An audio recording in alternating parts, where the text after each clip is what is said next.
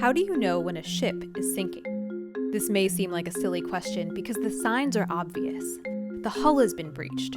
Water is coming aboard. But what if we replace the image of a ship with a college? Would the signs that a college is about to go under be so obvious? Currently, the federal government has limited metrics in place to assess the financial health of institutions of higher ed.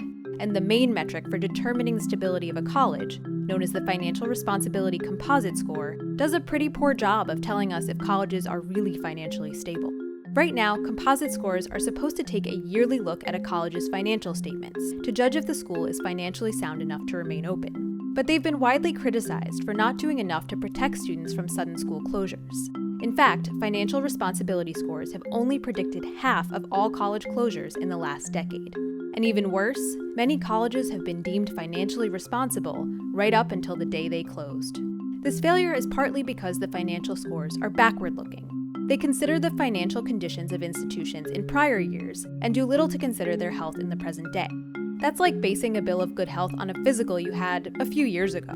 But now, a tenuous situation could get even worse. As colleges are reeling from the COVID-19 pandemic, some institutions want the Department of Education to waive the composite scores altogether, eliminating any test for a school's financial stability. Colleges will certainly need support in this difficult time, but we also need to protect students. And when they select a school to attend, they should be able to trust that the school is healthy, is well managed, and won't close suddenly without warning. Now more than ever, students and taxpayers need to have a clear sense of which colleges may be struggling or on the verge of going under.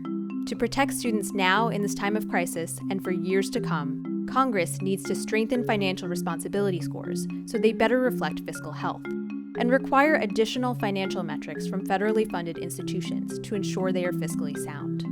We owe it to students to help make sure they don't go down with a sinking ship. For more information, visit thirdway.org/education.